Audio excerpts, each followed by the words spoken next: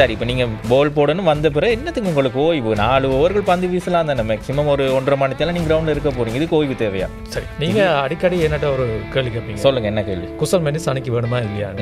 இப்போ கடந்த போட்டி பிறகு நீங்கள் என்ன சொல்ல போகிறீங்க? வீடியோலாம் பார்க்கும்போது உண்மையாக கவலையாக இருக்குமா? ஏ எப்போ போடுவோம்?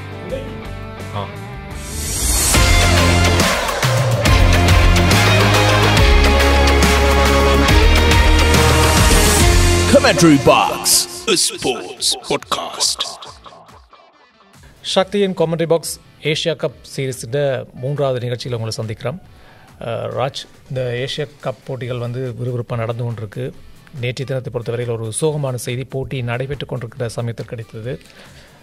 இலங்கை அணியுடைய ஒரு இளம் சகோதரி வீரரான துனித் வெள்ளாளகியின் தந்தையார் காலமாகியிருந்தார். ஒரு வீரருக்கு இது கேட்கக்கூடாத ஒரு செய்தி. அதாவது நேற்றைய போட்டியினுடைய 2வது இன்னிங்ஸ் முடிவில் தான் இந்த செய்தி அவருக்கு கிடைக்கப்பட்டிருக்கு. அந்த செய்தி அவருடைய இலங்கை அணியினுடைய மேனேஜர் சொல்லும் போது நிறைய வீரர்கள் ஆறுதல் கூறியிருந்தார்கள். எனவே இன்றைய தினம் நான் நினைக்கிற மாதிரி துனித் வெள்ளாளகி இலங்கைக்கு வந்தடைஞ்சிட்டார். இப்போது அவர் வீட்டுக்கு பயணமாகி கொண்டிருக்கிறார். உண்மையாக அவருக்கு எங்களுக்கு சொல்ல வேண்டிய ஒரே ஒரு விஷயம் என்ன அப்படின்னு சொன்னால், தைரியமாக இருக்கணும்.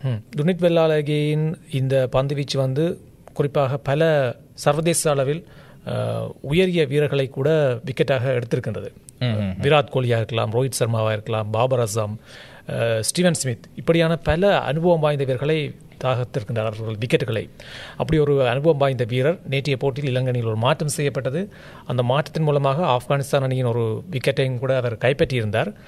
இருந்தாலும் அவருக்கு இந்த போட்டி மைதானத்தில் இப்படியான ஒரு செய்தி கிடைத்தது என்பது ஒரு கவலையான விடயமாக இருந்தது. நேற்று தினம் அவருடைய இறுதி பந்து வீச்சில் இறுதி ஓவரில் கிட்டத்தட்ட 5 சிக்ஸர்கள் பறந்தன. முகமது நபி அவர்கள் அடித்திருந்தார். அதில் கிட்டத்தட்ட 30 ஓட்டங்களுக்கு மேலே பெறப்பட்டுச்சு. எனவே இது போட்டியின் போக்கை மாற்றமான நிறைய பேர் யோசிச்சு கொண்ட நேரத்தில் இலங்கை அணி அதெல்லாம் ஒன்றும் இல்லை, நாங்கள் ஈஸியாக அடிச்சுட்டு போவோம் அப்படின்னு சொல்லி போட்டியை முடிச்சு கொடுத்திருந்தார்கள். ஆனாலும் அந்த சந்தோஷத்தை இலங்கை அணியால் நேற்று தினம் கொண்டாட முடியாமல் போய்விட்டது இந்த துக்கமான செய்திக்கு பிறகு. அதே வேளையில் முகமது நபி கூட அந்த ஆடுகளத்தை விட்டு, அதாவது வீரர்கள் தங்கியிருக்கின்ற அறையை விட்டு ஹோட்டலுக்கு போகிற நேரத்தில் சில ரசிகர்கள் இப்படி சொல்லியிருந்தாங்க, துனித் வெள்ளாளகியின் தந்தை இறந்து விட்டார் என்ற போது அவர் கொஞ்சம் ஷொக் ஆகிட்டார். இப்படி நடந்ததா என்று சொல்லி தனது ஆழ்ந்த இரங்கலையும் சொல்லிட்டு போயிருந்தார். அதே வேளையில் இப்போது பார்க்கின்ற போது சர்வதேச அளவில் இருக்கின்ற வீரர்கள், அதே போன்ற கிரிக்கெட் விற்பனர்கள், கிரிக்கெட் ரசிகர்கள் என்று ஏராளமானோர் அந்த துனித் வெள்ளாளகியின் தந்தையின் இழப்புக்கு ஆழ்ந்த இரங்கல்களை தெரிவித்துக் கொண்டிருக்கிறார்கள். நாங்களும் எங்கள் ஆழ்ந்த இரங்கல்களை தெரிவித்துக் கொண்டு நாங்கள் ஏஷியா கப் போட்டி பற்றிய பல விடயங்களை பார்க்க போகின்றோம்.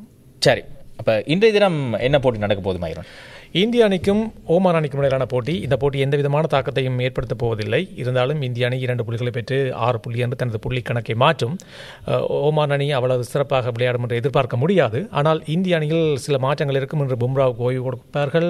அதே போன்று சஞ்சு சாம்சனுக்கு ஓய்வு கொடுத்துவிட்டு ஜிதேஷ் சர்மாவை விக்கெட் காப்பாளராக இணைத்துக் கொள்வார்கள் என்று எதிர்பார்க்கின்றோம். சரி, இப்போ நீங்கள் பால் போடணும் வந்த பிறகு என்னத்துக்கு உங்களுக்கு ஓய்வு? 4 ஓவர்கள் பந்து வீசலாம் தானே, மேக்ஸிமம் ஒரு 1.5 மணி நேரம் நீங்கள் கிரவுண்டில் இருக்க போகிறீங்க, இதுக்கு ஓய்வு தேவையா? சரி, அது நீங்கள் சொல்கிற சரி. ஆனால் அந்த களத்தடுப்பு என்று பார்க்கின்ற போது அதில் ஏதாவது உபாதைகள் ஏற்பட்டுமோ என்ற பயத்தில் தான் முழுமையான ஓய்வு கொடுக்கக்கூடிய வாய்ப்பும் இருக்குது. அது இனி இந்திய கிரிக்கெட்டோட அவர்கள் பார்த்துக் கொள்ளட்டும், கிரிக்கெட் நிர்வாகம் பார்த்துக் கொள்ளட்டும். ஆனால் ஓய்வு கொடுப்பது சரியா இல்லையான்னு சொல்லி அதுக்கு நாங்கள் வேறொரு நாளுக்கு நிகழ்ச்சியில் வாதாடுவோம், பதில் சொல்லலாம். சரி, இப்போ இந்த சூப்பர் சுற்றை பொறுத்தவரையில் ராஜ் ஏற்கனவே இலங்கை அணியும் பங்களாதேஷ் அணியும் முன்னேறி இருக்கின்றன. பங்களாதேஷ் அணிக்கு எதிரான போட்டியின் போது இலங்கை அணி வெற்றி பெற்றிருந்தது. எனவே இப்போ சூப்பர் 4 சுற்று மீண்டும் பங்களாதேஷும் இலங்கையும் மோத போகின்றது நாளைய தினம். இந்த போட்டியை பொறுத்தவரை நீங்கள் சொன்ன மாதிரி மயூரன் நிறைய பேர் எதிர்பார்த்து காத்து கொண்டிருந்தாங்க இந்த போட்டியில் யார் வெற்றி பெற போறா அப்படின்னு சொல்லி. இப்போ எங்களை பொறுத்தவரை இலங்கைன்னு கொஞ்சம் பலம் வாய்ந்த அணியா இருக்கு, ஆனால் பங்களாதேஷை நாங்கள் நம்ப முடியாது. நீங்க அடிக்கடி என்னட்ட ஒரு கேள்வி கேட்பீங்க, சொல்லுங்க, என்ன கேள்வி? குசல் மெண்டிஸ் அணிக்கு வேணுமா இல்லையா? இப்போ கடந்த போட்டி பிறகு நீங்க என்ன சொல்ல போறீங்க? ஆனால் அந்த பதில நான் இனி சொல்ல மாட்டேன். ஏனென்றா குசல் மெண்டிஸ் எந்த நேரம் என்ன பண்ணுவாருன்னு யாருக்கும் தெரியாது. இப்போ நேற்று ஒரு போட்டியில் சிறப்பாக விளையாண்டு இலங்கை அணிக்கு வெற்றியை பெற்று கொடுத்தார்.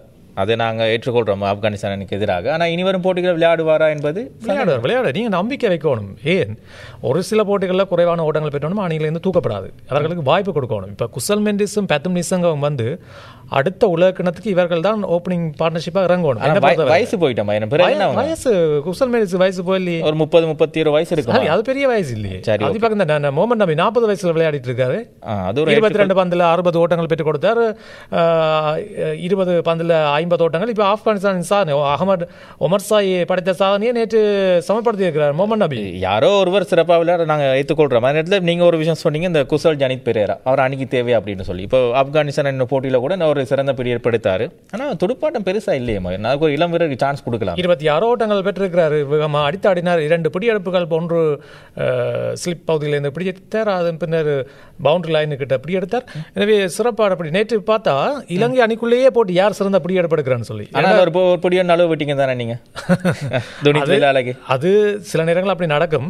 ஆனால் துஷ்மந்த சமீர எடுத்த பிடியெடுப்பும் போற்றப்பட்டது கிரிக்கெட் ரசிகர்களால், கிரிக்கெட் விற்பனர்களால். எனவே இலங்கை அணி என்று நாங்கள் இப்போ பார்ப்போம். கொஞ்சம் விஷயத்தை பேசுவோம். என்று சொன்னால் நேற்று நீங்கள் கதைச்சபடியால் நான் வாரேன் இந்த குசல் மெண்டிஸ் கதையோட. குசல் மெண்டிஸையும் பெத்தும் நிசங்கரையும் ஆரம்ப துடுப்பாட்ட வீரராக களமிறக்க. இதுக்கு நான் ஒத்துக்கொள்ள மாட்டேன். பெத்தும் நிசாங்க இருக்கணும், குசல் மெண்டிஸ் வேணாம். அப்போ குசல் மெண்டிஸ் அங்கே களமிறக்க. குசல் மெண்டிஸ் நாங்கள் ஒரு கீழே களம் இருக்கும், அல்லது ஒரு நாள் போட்டியில் வச்சுக்கணும். ஏன்னா T20 பொறுத்த வரையில் குசல் மெண்டிஸ் வந்து பெருசாக ஒரு போட்டியில் விளையாடுற மாதிரி இன்னொரு போட்டியில் விளையாடுறாரு. சரி, அப்படி மாற்றம் கொண்டு வரணும்னா யாரை கொண்டு வரலாம்? கமில் மிஷாரா நீங்கள் மேலே கொண்டு வாங்க. சரி, கமில் மிஷாரா ஒரு உயரமான வீரர், இடது கை துடுப்பாட்ட வீரர், பொருத்தமானதாக தான் இருக்கும். இருந்தாலும் குசல் மெண்டிஸுக்கு இருக்கிற அனுபவம் அவருக்கு இல்லை. நாங்கள் இப்படி நாங்கள் பார்க்கலாமே. Pathum Nissanka right hand Batman, கமில் மிஷாரா வந்தால் லெஃப்ட் ஹேண்ட். இப்போ இந்த ஜோடி பொறுத்த நல்லா இருக்குங்க. அது ஜோடி பொறுத்த நல்லா இருக்கும். அது எவ்வளோ தூரம் சாதகமாக அமைய மட்டும் தெரியாது. நாங்கள் பயன்படுத்தி பார்ப்போம். சாதகம் அமைதியில் நாங்கள் டிசைட் பண்ணலாம். இப்போ குசல் ஜனி பெரியரா எங்கே களமிறக்கீங்க? அவர் வேணாம், டீம்லேயே வேணாம். அப்படி சொல்லலை. என்ன சொன்னால் அவற்றை ஒவ்வொரு அடியும் நீங்கள் பார்த்தீங்கன்னு சொன்னால் இந்த தொடரில் ஸ்வீப் ஷாட்ஸ் நிறைய விளையாடி இருப்பார், ரிவர்ஸ் ஷாட்ஸ் நிறைய விளையாடி இருப்பார். அதில் எல்லாமே பவுண்டரிகளாக தான் போகும். அதை நான் ஏற்றுக்கொள்றேன். பந்து அதை துடுப்பில் படுற நேரம் பட்டா அந்த சத்தத்தோட பந்து பறக்குது. அடிச்ச மாதிரி பெர்ஃபெக்ட் ஷாட்ஸ்னு சொல்லுவாங்க. அதனால குசல் ஜனி பெரியரா மாணிக்க தேவை, குசல் மெண்டிஸும் மாணிக்க தேவை. அதில் ஏதாவது மாற்றங்கள் அவர்கள் துடுப்படுத்தாடுங்கிற பொசிஷனை மாற்றலாம் ஒழிய.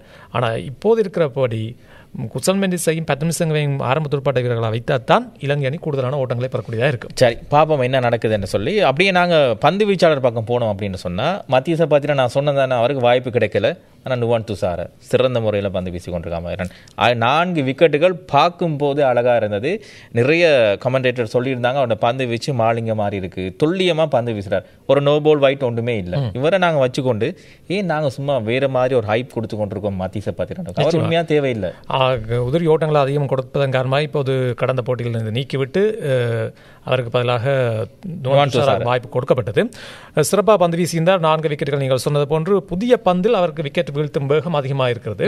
அதே வேளையில் T20 போட்டியிலும் பங்களாதேஷ் அணிக்கு எதிரான ஒரு தொடரும் போது அவர் ஹேட்ரிக் சாதனை பெற்றிருந்த இந்த தொடரில் அதுக்கு முதல் நடைபெற்ற தொடர் ஒன்றில். எனவே அவரை நிச்சயமாக இனி வழி நடத்தினால் நல்ல பெறுபேறு கிடைக்கும். நீங்கள் சொன்ன விஷயம் உண்மையான விஷயம்தான். மதிஷ பத்ரனுக்கு ஓய்வு கொடுத்து அவருக்கு கொஞ்சம் தண்டனை கொடுக்குற மாதிரி சொல்லி பார்த்து தான் இனி அணிக்கு கொண்டு வராங்க போல தெரியுது. நிச்சயமா அவருக்கு ஓய்வு கொடுத்தாதான் அவர் தன்னை என்ன சொல்றது அவர் அனலைஸ் பண்ணி கொண்டு அடுத்ததுக்கு வருவார். சரி, இந்த ஒரு முக்கியமான போட்டி நடக்க போகுது இல்லையா? அதுக்கு பிறகு இன்னும் ஒரு முக்கியமான போட்டி, எதிரிகள் 2 பேரும் மோத போறாங்க. பாகிஸ்தான் அணியும் இந்திய அணியும் எதிர்வரும் ஞாயிற்றுக்கிழமை மோத போறாங்க. சரி, நீங்க எனக்கு சொல்லுங்க, கை கொடுப்பாங்களா இல்லையா? இனி கொடுத்துதானே ஆகணும். இப்போ இவ்வளவு தூரம் சர்ச்சையானது, இனியும் கொடுக்காட்டி அது ஒரு பக்க சார்பானதான் போயிடும். ஏற்கனவே சொல்லப்பட்டது போட்டி தீர்ப்பாளராக இருக்கின்ற பைக்ராஃப்ட் இவர் தான் கை கொடுக்க வேண்டாம் என்று சொல்லி பாகிஸ்தான் அணியின் தலைவருக்கு நானே சொல்லின் போது சொன்னதாக பேசப்பட்டது. அது உண்மையாக ஏற்றுக்கொள்ளக்கூடிய கருத்து அல்லது வதந்தி மட்டுமா? இல்லை, அது உண்மையாக ஏற்றுக்கொள்ள. ஏன்னு சொன்னால் அவரே மன்னிப்பு கேட்டு அது என்னென்ன நீங்க போட்டிக்குள்ள ஒரு போட்டி மத்தியஸ்தருக்கு நீங்க இப்படி சொல்லலாம் அப்படி சொல்ல அவர் என்னென்ன விஷயங்கள் சொன்னார்ன்றது இன்னும் வெளிப்படையாக வெளிவரவில்லை. ICC விசாரணை நடத்தும் இந்த போட்டி முடிவடைந்த பின்னர். ஆனால் பாகிஸ்தான் அணி அண்மையில் UAE அணிக்கு எதிரான போட்டியில் தாங்கள் விளையாட மாட்டோம் என்று ஹோட்டலில் இருந்து கடைசியாக 1 மணி நேரத்துக்கு பிறகுதான் வந்து விளையாட வந்தார்கள். பெரிய ஒரு நீண்ட வாக்குவாதம் போய் கொண்டது. ICC சொன்னார்கள் இவரை வந்து இந்த தொடரிலிருந்தே நீக்க வேண்டும் என்று சொன்னால் அதற்கு ICC உடன்படவில்லை. பாகிஸ்தான் அணி பங்கு பெற்றுகின்ற போட்டிகள் இருந்து அவரை விடுபடுவதாக சொல்லியிருந்தார்கள். ஆனால் அவர் உடனடியாக மன்னிப்பு கேட்டு பாகிஸ்தான் கிரிக்கெட் சபையோட மன்னிப்பு கேட்டு நீண்ட நேர இழுபறிக்கு பிறகுதான் அந்த போட்டி நடைபெற்றது. 1 மணி நேரம் தாமதமாச்சு. இப்போ நீங்க மன்னிப்பு கேட்டால் தப்பு செய்திருக்குன்னு தான் அர்த்தம். நிச்சயமா. அதனால அதை நாங்கள் ஏற்றுக்கொள்ள முடியாத ஒரு கிரிக்கெட் ரசிகர். அதேவேளை அவர் இந்திய அணிக்கு சார்பாக சில முடிவுகளை எடுப்பதாகவும் பரவலாக ஊடகங்கள் பேசப்படுகிறது. அந்த போட்டியின் போது UAE அணியுடனான போட்டியின் போது பாகிஸ்தான் கொஞ்சம் தடுமாறியது. குறிப்பாக ஃபஹர் ஜமான் மட்டும்தான் அரை சதத்தை பெற்றுக் கொடுத்தார். அதன் பின்னர் பாகிஸ்தானை UAE வீழ்த்துமான ஒரு எதிர்பார்ப்பு இருந்தது. ஷைன் ஷாஃப்ரிடி வந்த விதத்தில் எல்லா பந்தும் 6ம் 4ம் அடிச்சு. நீங்க பெருமையா சொல்றீங்க. ஷைன் ஷாஃப்ரிடியுடைய மாமனார் ஷாஹித் அப்ரிடி அவர் சொன்ன விஷயம் என்ன அப்படின்னா, உங்கள்கிட்ட இருந்து நாங்கள் போலிங்கை தான் எதிர்பார்க்கணும் தவிர பேட்டிங் உங்கள்கிட்ட இருந்து நாங்கள் எதிர்பார்க்கல. நீங்கள் bowling பண்ணி விக்கெட் எடுங்க அப்படின்னு சொல்லி ஒரு காராசாரமான கருத்தை முன் வச்சிருக்காங்க. அப்ரிடி அப்படி சொன்னாலும் அன்றைக்கு 33 ஓட்டம் அடிக்காட்டி பாகிஸ்தான் எல்லாமே என்ன பாகிஸ்தான் வந்திருக்காது. அது சரி, அது சரி. எனவே இப்போ ஞாயிற்றுக்கிழமை நடக்க போகிற போட்டியில் நீங்கள் கை குலுக்குவாங்களா இல்லையான்னு சொன்னீங்க. கை குலுக்குவாங்கன்னு தான் என்ன மனசு சொல்கிறது. நான் சொல்கிறேன் கை குலுக்க மாட்டாங்க அப்படின்னு சொல்லி. சரி பார்ப்போம், கொஞ்சம் இருங்க. என்னென்னு சொன்னால் இது விளையாட்டாக பார்க்கணும். அன்றைக்கு சொன்ன மாதிரி தான் அரசியலாக பார்க்காதீங்க. சூரியகுமார் யாதவ் சொல்வார் எங்களுக்கு அறிவிக்கப்பட்ட விதி பறிப்பு தான் நாங்கள் விளையாடுறோம் அப்படின்னு சொன்னால் அது இருக்காது. இப்போ நீங்கள் ஒரு மைதானத்துக்குள்ள வந்தால் அனைவரும் சவம். சரி, அவங்களோட டாப் மேனேஜ்மெண்ட் சொல்லியிருக்கிறாங்க சிரிக்க வேணாம் கை கொடுக்க வேணாம் அப்படின்னு சொல்லி. அப்போ நீங்கள் பந்து வீசுறீங்க, அவங்கள சந்திச்சு நீங்கள் விளையாடுறீங்க, தேவையில்லையே. அதனால தான் ஐக்கிய அரபு எமிரேட்ஸ் அணியை பொறுத்தவரையில் கேட்டிருந்தாங்க. உங்களோட அணியில் பாகிஸ்தான் வீரர்கள் இருக்கிறாங்க, இந்தியாவை பூர்வீகமாக கொண்டவங்க இருக்கிறாங்கன்னு சொன்னபோது பாகிஸ்தான் மணிக்கம் ஐக்கிய அரபு எமிரேட்ஸ் அணியுடைய தலைவர் சொல்லிக்கிறார், அப்படி ஒருத்தர் நாங்கள் பார்க்கல, நாங்கள் ஒரு ஃபேமிலியாக ஒரு குடும்பமாக அணியை தான் பார்க்குறோம்னு சொல்லி. இதில் உண்மையான விஷயம், இந்திய ரசிகர்கள் எங்களோட கோபிச்சு கொள்வாங்க, நாங்கள் இந்தியா வீரர்கள் எங்கள் குறை சொல்லலை. அப்போ அவங்க தன்னிச்சா முடிவெடுக்க முடியாது. அவங்களுக்கு ஒரு மேனேஜ்மெண்ட்டோ நிர்வாகமோ அவங்களுக்கு சொல்லணும் இதை செய்யுங்கன்னு அதுவும் படுத்து அவங்களும் செய்வாங்க. ஒரு வகையில் பார்க்கும்போது அவங்களும் பாவமாக இருக்கிறாங்க. மயூரன் என்ன செய்வது, நினைச்சாலும் சிரிக்க முடியாது, என்ன செய்வது, அப்படியான நிலைமைகள் அமைந்திருக்கு. நாங்கள் சூப்பர் 4 போட்டிகளை பற்றி பார்க்கிற போது அடுத்து நாங்கள் இலங்கை அணியும் பாகிஸ்தான் அணியும் ஒரு போட்டியில் சந்திக்க போகின்றது. அதன் பின்னர் பங்களாதேஷ் அணியும் இந்திய அணியும் ஒரு போட்டியில் சந்திக்க போகிறது. அதன் பின்னர் பங்களாதேஷும் பாகிஸ்தானும் ஒன்று சந்திக்கும். இலங்கையும் இந்தியாவும் இன்னொரு போட்டியில் இந்த சூப்பர் 4 கடைசி போட்டியில் சந்திக்க போகின்றன. அந்த போட்டி நான் இப்பயே சொல்றேன், இலங்கை அணி வெற்றி பெறுவதற்கான அனைத்து வாய்ப்பும் இருக்கு. நீங்க உங்களோட பும்ராக்கு அந்த போட்டியில் ஓய்வு கொடுப்பீங்களா? இல்ல, பும்ரா விளையாட வைப்பாங்க. அதுதான் இலங்கை அணிக்கு இருக்கின்ற அந்த பவர். நாங்க வந்த பும்ரா வரணும். சரி, இப்ப இந்த 4 அணிகள்ல எந்த அணி இறுதி போட்டிக்கு வேற மாதிரி நீங்க எதிர்பார்க்க? யோசிக்காமலே சொல்லுங்க, இலங்கை அணியும் இந்திய அணி. அப்படியா? எனக்கு பாகிஸ்தானுக்கு ஒரு வாய்ப்பு இருக்குன்னு நான் நினைக்கிறேன். ஏன்னு சொன்னா முகமது ரிஸ்வானோ அல்லது பாபர் அசமோ இல்லாத சமயத்தில் இளம் வீரர்களை நம்பி தான் களமிறங்கி இருக்கின்றது. அயூப், அதை போன்று மிக சிறப்பாக அணியின் தலைவர், இவர்கள் எல்லாம் இனி எழுச்சி பெற வேண்டிய கட்டாயத்தில் இருக்கின்றார்கள் என்று சொன்னால் ஏற்கனவே விட்ட பிள்ளைகளை இனி விடமாட்டார்கள் என்று நான் நினைக்கிறேன். அவர் வசீம் அக்ரம் ஒரு பேட்டியில் சொல்லியிருந்தார், பாகிஸ்தான் அணியில் முதல் 6 வரைக்கும், அதாவது முதல் 6 துடுப்பாட வீரர்கள் வரைக்கும் ஓப்பனர்ஸ் தான் இருக்கிறாங்களாம். அப்போ அவர் கேட்குறார், நீங்கள் ஓப்பனர்ஸ் அவ்வளோ பேரை வச்சுக்கொண்டு எப்படி நீங்கள் 1, 2, 3 நாள் ஆட விடுவீங்க, அவங்களுக்கான ஒரு இது இருக்கணும் இல்லையா அப்படின்னு கேட்டிருந்தேன். இது ஒரு ஏற்றுக்கொள்ளக்கூடிய கருத்து, குறிப்பாக ஏற்றுக்கொள்ளக்கூடிய ஒரு விஷயம் தான். என்னென்னு சொன்னால் அந்த அணிகளை பார்க்க போது நல்ல பலம் பொருந்திய பந்து வீச்சாளர்கள் இருக்கிறார்கள். ஷைன் ஷா அஃப்ரிடி, முகமது ஹாரிஸ், அதே போன்று ஹாரிஸ் ராவ், நவாஸ், இப்படி நல்ல பந்து வீச்சாளர்கள் இருக்கிறார்கள். எனவே இவர்களை வைத்துக்கொண்டு சிறப்பாக அடுத்த சூப்பர் 4 சுற்றில் பாகிஸ்தான் விளையாடும் என்பது எனது எதிர்பார்ப்பு. சரி, அதை நாங்களும் ஒரு அளவுக்கு ஏற்றுக்கொள்ள, நான் முழுசாக ஏற்றுக்கொள்ள மாட்டேன். ஆனால் ஒரு விஷயம், இப்போ ஆசியா கிணத்தை பொறுத்தவரை நிறைய பேர் யோசிப்பாங்க, நான் புது அணிகள்லாம் வந்து விளையாண்டு கொண்டிருக்கோம் அப்படின்ட்டு. ஆனால் அடுத்த வாரம் முழுவதுமாக இருக்கிற டாப் அணிகள் தான் மோத இருக்கின்றன. எனவே போட்டிகள் வந்து இன்னும் விறுவிறுப்பாகும். பங்களாதேஷ் அணியை பொறுத்தவரையில் இன்னொரு விஷயத்தை சொல்லிக்கொள்ளலாம். அந்த அணியும் லிட்டன் தாஸ் தலைமையில் களமிறங்கி விளையாடி கொண்டிருக்கின்றது. கடந்த போட்டிகளிலும் வந்து சிறப்பாக இனி அணிகளுக்கு ஒரு டப் கொடுத்தது. எனவே இந்த சூப்பர் 4 சுற்றிலும் நிச்சயமாக விளையாடும். ஆப்கானிஸ்தான் அணிக்கும் இலங்கை அணிக்கும் இடையிலான போட்டியில் நடைபெற்ற போது பங்களாதேஷ் வீரர்கள் இலங்கைக்கு சப்போர்ட் பண்ணாங்க. அதே வேளையில் பங்களாதேஷ் ரசிகர்களும் இலங்கைக்கு சப்போர்ட் பண்ணியிருந்தாங்க. சரி, அது ஒவ்வொரு போட்டியில் நடக்கிற ஒரு விஷயம் தான். ஆப்கானிஸ்தான் அணி தொடர விட்டு வெளியேறிட்டு, ஆனால் பங்களாதேஷை நாங்கள் குறைச்சி மதிப்பிட முடியும், எந்த நேரம் என்ன செய்வாங்கன்னு அவங்களுக்கே தெரியாது. சுழல் பந்து வீச்சாலும் நிறைய பேர் அதில் இருக்கிறாங்க, நல்ல விளையாடக்கூடியவங்க. எனவே நல்ல ஒரு இறுக்கமான போட்டிகளாக பங்களாதேஷ் அணி பங்கு பெறுகின்ற போட்டிகள் மாறப்போகிறது என்பது குறிப்பிடத்தக்கது. எனவே இந்த போட்டிகள் அனைத்துமே இரவு வேளையில் தான் இடம்பெறுகின்றது. 8 மணிக்கு தான் போட்டிகள் எல்லாம் இடம்பெறப் போகின்றது. இந்த ஆடுகளங்களின் தன்மை இப்போது சுழற்பந்து வீச்சாளர்களுக்கும் கொஞ்சம் சாதமாக மாறி வருகிறது. அது ஒரு சிக்கலாக இருக்கும். இப்போ T20 போட்டிகள் நாங்கள் பார்க்கும்போது கிட்டத்தட்ட 200, 180, 90 ஓட்டங்களை பார்த்துட்டு இப்போ 130, 50 பார்க்கும்போது கொஞ்சம் கிரிக்கெட் ரசிகர்களுக்கு சுவாரஸ்யம் குறைஞ்ச மாதிரி இருக்கு. துடுப்பாட்ட வீரர்களும் யாருமே இதுவரை செஞ்சரி ஒன்றுமே அடிக்கவில்லை, முடியல.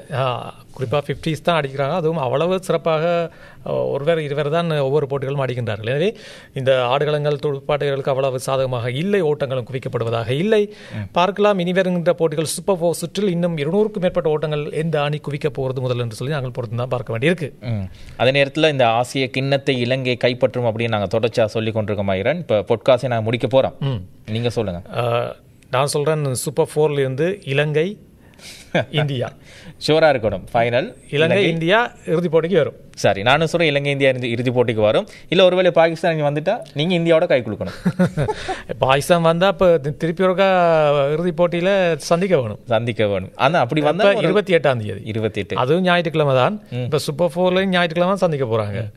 இந்த விவகாரம் தொடருமா இல்லையா, இந்த கைகுலுக்கல் முற்றுப்புள்ளிக்கு முடிவு கிடைக்குமா என்றதை அடுத்த போட்டியில் ஞாயிற்றுக்கிழமை நாங்கள் அறிஞ்சு கொள்ளலாம். சரி, எனவே கை குலுக்குவாங்களா இல்லையா என்பதை தாண்டி இலங்கை சிறப்பாக விளையாண்டு இறுதிப் போட்டிக்கு வந்து ஆசிய கிணத்தை மீண்டும் எங்களுக்கு கொடுக்க வேணும் என்பதை எங்களுடைய ஆசையாக இருக்குல்ல மயூரன். எல்லோரது வேண்டுகோளும் அதுதான் அப்படித்தான் இருக்கிறது. எனவே மீண்டும் சந்திப்போம் மற்றும் ஒரு பாட்காஸ்டில் விடைபெற்றுக் கொள்ளும் நாங்கள் என்று உங்கள் அன்பின் எஸ்எம்ஆர் ராஜ்குமார் என்று உங்கள் அன்பின் CK மயூரன். வணக்கம் நேயர்களே.